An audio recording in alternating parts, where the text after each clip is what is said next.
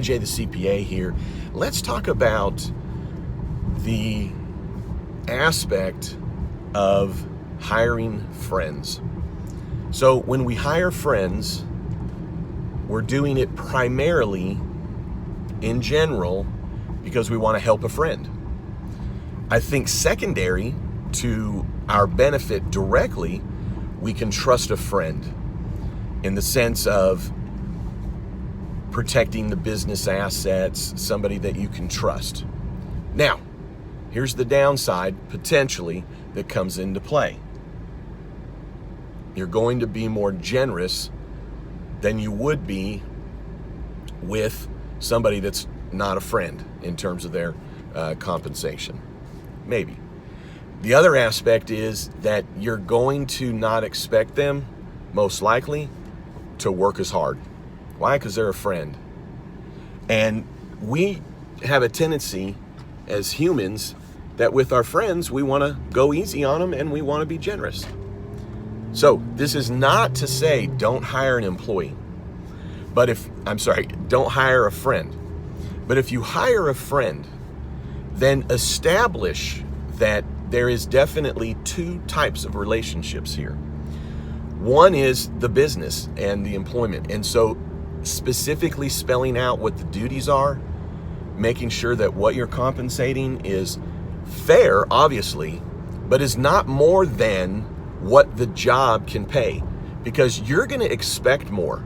Meaning, all of a sudden at some point in the future, you're going to think, okay, I could be paying $15 an hour, but I hired my friend, I'm paying them $17 an hour, and they didn't do this and they didn't do this, and now I don't know how to ask them because they're a friend and I need them to work harder.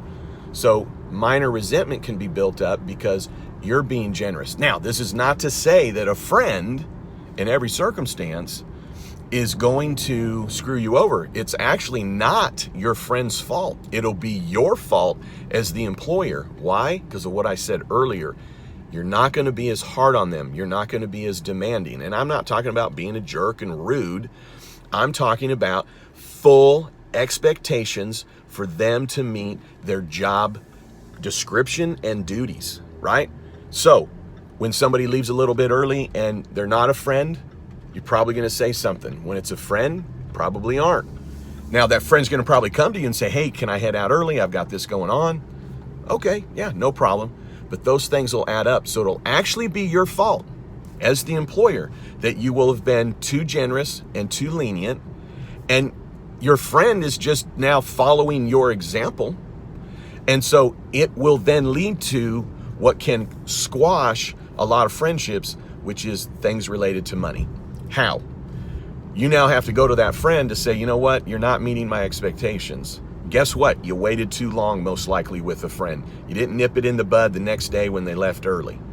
You didn't nip it in the bud when they didn't do all that you asked. So now you've built it up that whatever the issue is that you feel you need to discuss with that person, it's way bigger deep down than the actual thing you're visiting with them about. That's going to build up resentment in your friend in the sense that, well, I'm doing what you asked me to do. You thought you asked them, but then you got lenient. So not at all am I saying you shouldn't hire a friend. But then the other part is to establish, when are you friends? Okay? Are you friends from 9 to 5? Now, the people I work with, I consider them friends. Don't get me wrong. I hired them probably before I knew they were a friend. So there's nothing easy about hiring a friend. I would probably say overall, it would be better for you to hire a friend, but only in the circumstances where you're going to clearly establish what it is that you need from them.